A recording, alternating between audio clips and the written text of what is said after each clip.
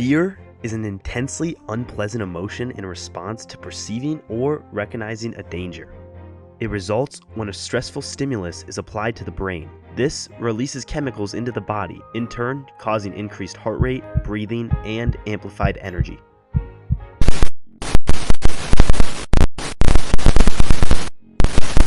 Claustrophobia is an anxiety disorder that causes an intense fear of enclosed or confined spaces.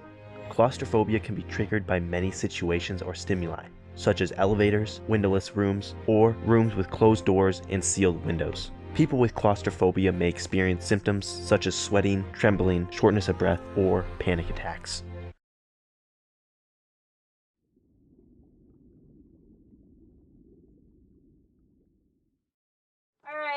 Do I need to move? Watch that string, Kristen. It's right across your face. Where? This is where I came in? Yeah. That's where I came out? And that you have to go into that head Where first. Where are you?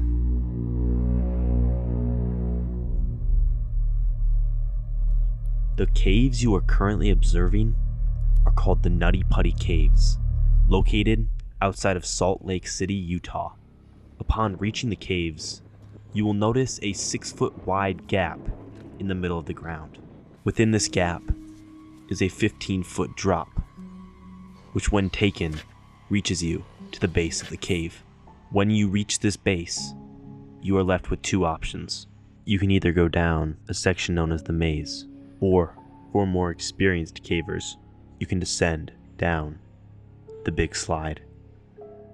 After following the passage of the big slide, you are met with many other smaller caves. The three tightest of these caves were known as the Helmet Eater, the Scout Eater, and the Birth Canal. These names seem funny at first, but once one knows the backstory, these three caves become a lot darker.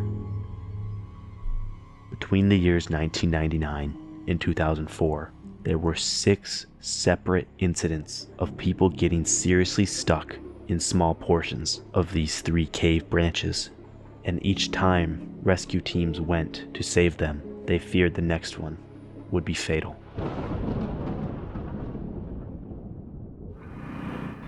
The sun came and went Wednesday, and the Utah County Search and Rescue Team still surrounded the mouth of Nutty Putty Cave. Inside, 26-year-old John Jones had been stuck since 9 o'clock Tuesday night. Being stuck in that position for going on 23 hours now makes it very difficult for him. This is the point where I introduce you to John Edward Jones, a 26-year-old medical student from Virginia. He was married and had a 1-year-old daughter. In the days leading up to Thanksgiving, the Jones family gathered for a memorable visit to the cave. John eagerly joined his brother and a group of friends and family for the expedition. Venturing into the Nutty Putty Cave around 8 p.m., John aimed to explore the Birth Canal, one of its narrowest tunnels. However, he took a wrong turn and found himself in an unmapped tunnel near Ed's Push, crawling headfirst at a 70-degree angle. Realizing the mistake he made, John became stuck. Show him the hole up there once you get light up in there.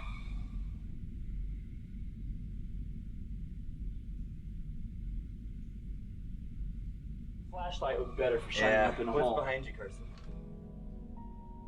His brother Josh was the first to find him and attempt to pull him out. He went to get help, and rescuers began an hours-long operation in an attempt to free John from the tight passage. Over 10 hours later, rescuers had managed to pull John into a more comfortable position, but there was still 16 feet of passage separating him from freedom. Unfortunately, the initial efforts to move John turned disastrous when one of the pulleys failed and he slid back further into the hole. Things only became harder as John became more and more tired in the passage, as he would be less able to help rescuers with their mission. The space around John measured just 10 inches by 18 inches, meaning he had no room to turn around and couldn't wiggle out backwards. Despite the valiant efforts of 137 volunteers, over the next 27 hours, he tragically lost his life just before midnight on November 25th, the eve of Thanksgiving. He was pronounced dead due to cardiac arrest in what some have described as the worst death imaginable. Despite numerous attempts, including the installation of pulleys and ropes, rescuers couldn't free John's now deceased body. With immense sorrow, John's parents made the difficult decision to leave his body inside the cave. The Nutty Putty Cave was subsequently sealed and permanently closed. What was once a popular cave for tourists and adventurers became the final resting place of John Edward Jones.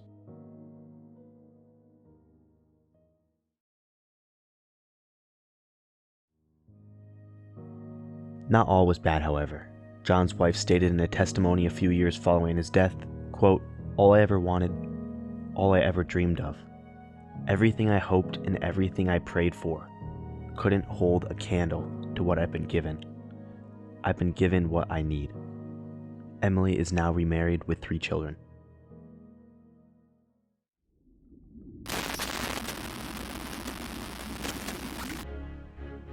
Nyctophobia is a severe fear of the dark or nighttime. It is a common phobia, especially in children, and can cause symptoms of anxiety and depression. It is irrational and excessive, and may impact one's day-to-day life. It is triggered by the brain's distorted perception of what could happen in the dark.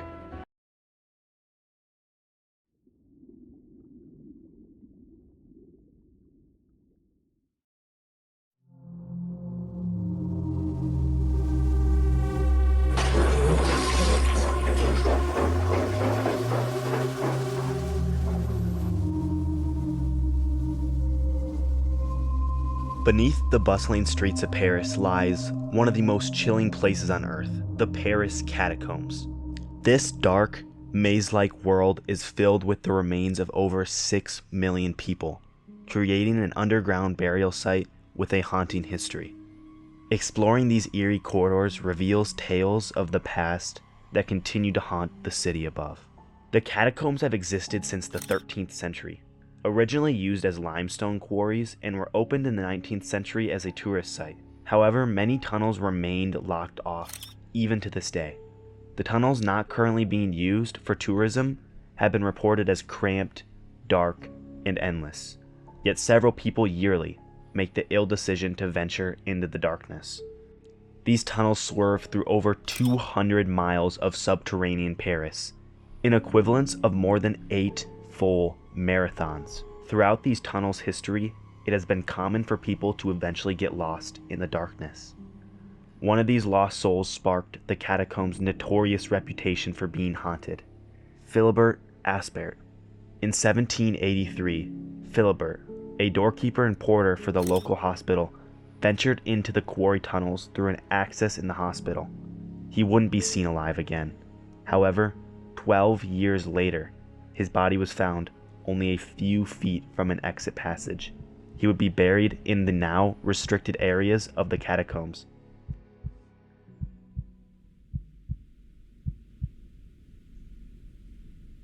To the memory of Philibert Aspert, lost in this quarry on November 3, 1793, found 11 years later and buried in the same place on April 30, 1804. Observatoire Division 28th Floreal, Year 12, 1 o'clock death certificate of Philibert Aspert, quarry worker, aged 62 years. Born in Selmaranges, Department of Puy-de-Dôme, residing in Paris, Rue Saint-Jacques 129 of said division. Married Elizabeth Millard, his widow. Signed, DuPont and Colette Mayer, issued in accordance to the register in Paris the 2nd of January.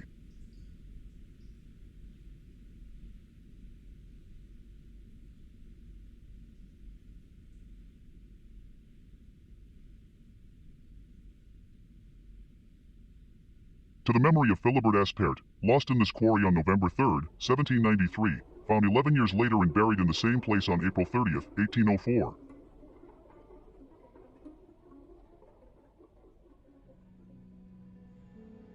Many supernatural believers think his spirit still roams the catacombs' gloomy walkways. More recently, only 7 years ago in 2017, 2 teenagers aged 16 and 17 made the unwise decision to venture into the restricted areas of the catacombs. The 2 teenagers went into the catacombs on a Saturday night and would end up spending 3 entire days searching for an escape in the frigid environment. Finally, the police would become notified and launch a 4-hour search mission for the boys. A spokesman for the Paris Fire Service explained how the use of tracker dogs was the only way to track down the boys in the maze of tunnels. They would be found with only one displaying flu-like symptoms.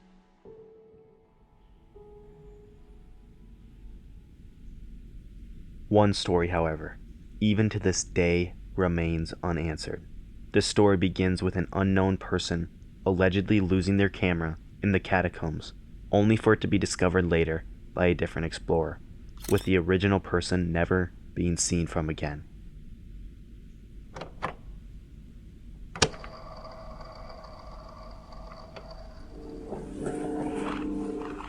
These arrows point in a direction. Occasionally also, he stops to photograph roomfuls of bones, which means that he's very, very deep inside the catacombs. The catacombs for centuries. So it is possible with these paintings that we may be able to retrace his itinerary to some extent.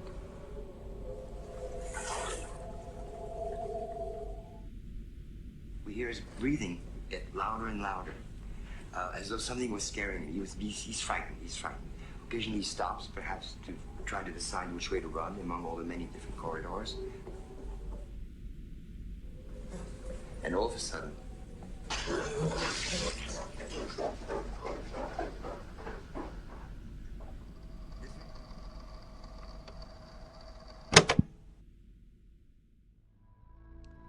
as you can see in the video, at first the man just casually looks around the catacombs, with some notable graffiti on the walls. However, his breath begins to get rushed, and he starts to run away, possibly from something. Finally, the camera is dropped, and he is seen running away into the darkness, presumably without a light. And without a light in these catacombs, one will quickly succumb to their surroundings.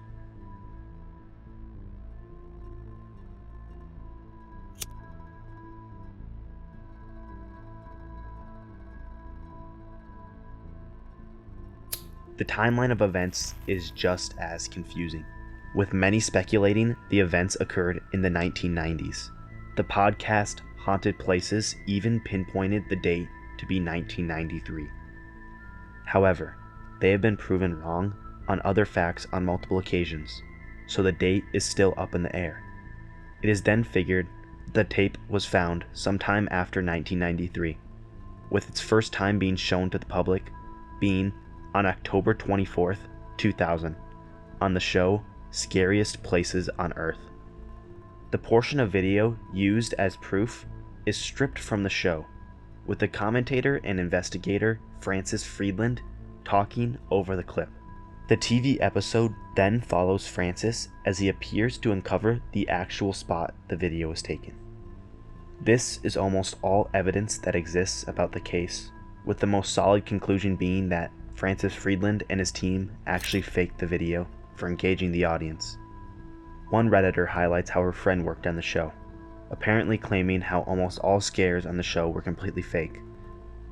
However, for now, the mystery of the Paris catacombs footage will continue to remain unknown.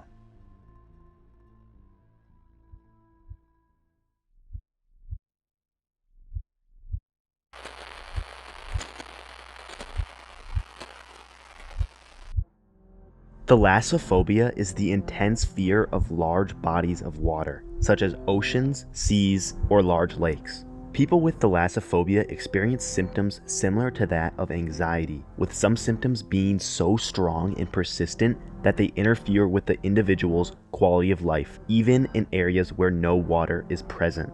People with the phobia will constantly fear what could happen to them while submerged in the darkness.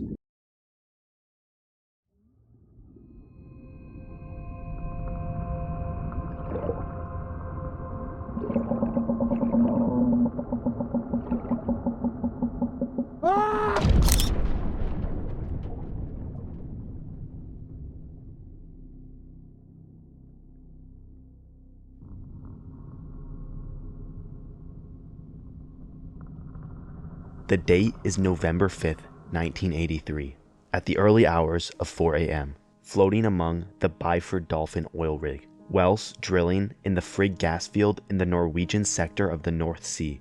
4 divers, Edwin Coward, Roy Lucas, Bjorn Bergensen, and Troels Helvik, were in a diving chamber system on the rig's deck, linked by a trunk to a diving bell. Assisting them were 2 dive tenders, William Cramond and Martin Sanders. On the oil rig, divers operated within a complex system of diving chambers and a diving bell to manage extreme pressures. The diving bell transported them to and from the ocean floor, maintaining a pressure equal to that at the working depth. Once back on the rig, the divers would move into decompression chambers connected by a trunk to the diving bell. These chambers allowed for a gradual reduction of pressure, giving the body time to safely expel dissolved nitrogen and avoid decompression sickness.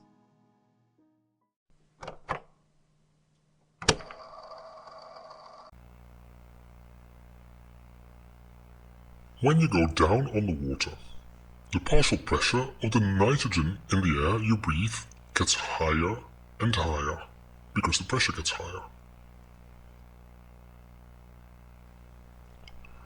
Your body cannot use this nitrogen, so it simply dissolves into all of your tissues.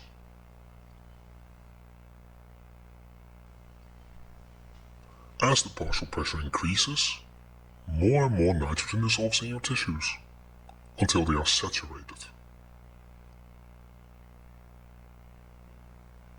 When you go up again and the pressure becomes less, the nitrogen in your tissues has to come out again, of course.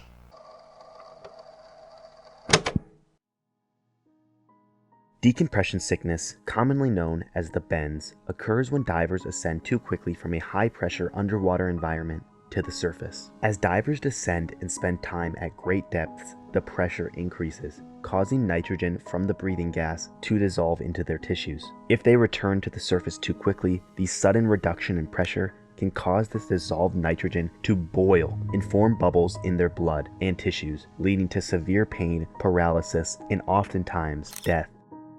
Unbeknownst to the crew, each one of them would soon meet a quick and painless end in the now infamous Byford Dolphin accident. At the time of the accident, decompression chambers 1 and 2 were connected to the diving bell via the trunk, with a third chamber not in use. Craymond and Sanders, experienced divers, operated the clamp that kept the trunk sealed. Coward and Lucas were resting in chamber 2 at a pressure of 9 atmosphere. Bergensen and Helvik had just been brought up from the dive and were moving through the trunk into chamber 1, leaving their wet gear behind. The normal procedure involves several steps: closing the diving bell door, slightly increasing the bell's pressure to seal it, closing the chamber 1 door, then gradually reducing the trunk's pressure. Only then should the clamp be opened to separate the diving bell. However, a critical mistake occurred. Crammond opened the clamp too soon, while Helvik was still closing the chamber door. This caused both chambers to instantly decompress from 9 atmospheres to 1, with air rushing out violently, jamming the trunk door and pushing the bell away. Coward, Lucas, and Bergensen died where they stood due to explosive decompression. Forensic pathologists found that Helvik, exposed to the highest pressure gradient while securing the door, was forced through a 60-centimeter crescent-shaped opening, splitting his body and scattering his organs. One section of his remains was found 10 meters above the exterior pressure door. Medical investigations revealed grim details. Large amounts of fat were found in the arteries, veins, and heart chambers, particularly in the liver. These fats likely formed in place due to bubble formation in the blood, which caused the blood's proteins to break down, making the fats insoluble. The fourth diver, Helvik, as mentioned earlier, he had been forced through a partially blocked doorway by the explosive force of the decompression. His autopsy, as well as that of the other divers, is open to viewing. However, the images are far too graphic and disturbing to be present on YouTube. The investigation blamed human error, citing Craymond's premature clamp release. The trunk door, designed like a butterfly valve, jammed and left a dangerous gap. Whether this mistake resulted from a supervisor's order, initiative, or miscommunication is unclear. However, it was certainly made worse by the noise of the rig and possible fatigue from constant 12-hour workdays enforced on the workers. Engineering failures also contributed to the tragedy. The Byford Dolphin's outdated diving system, dating back to 1975, lacked fail-safe hatches, external pressure gauges, and interlocking mechanisms. These safety features could have prevented the trunk from being opened under pressure. In response, these systems became mandated only 1 month after the incident, a rule tragically too late.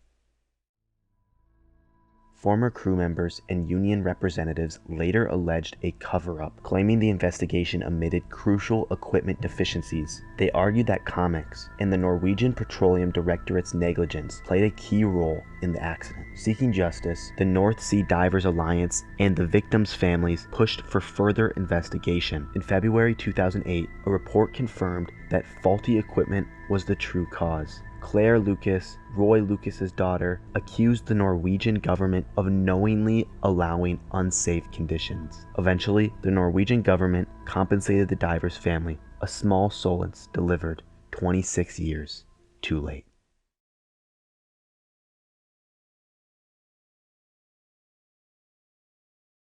Videos like these take an extraordinary amount of time to create, so showing support would help me continue to be motivated for future videos.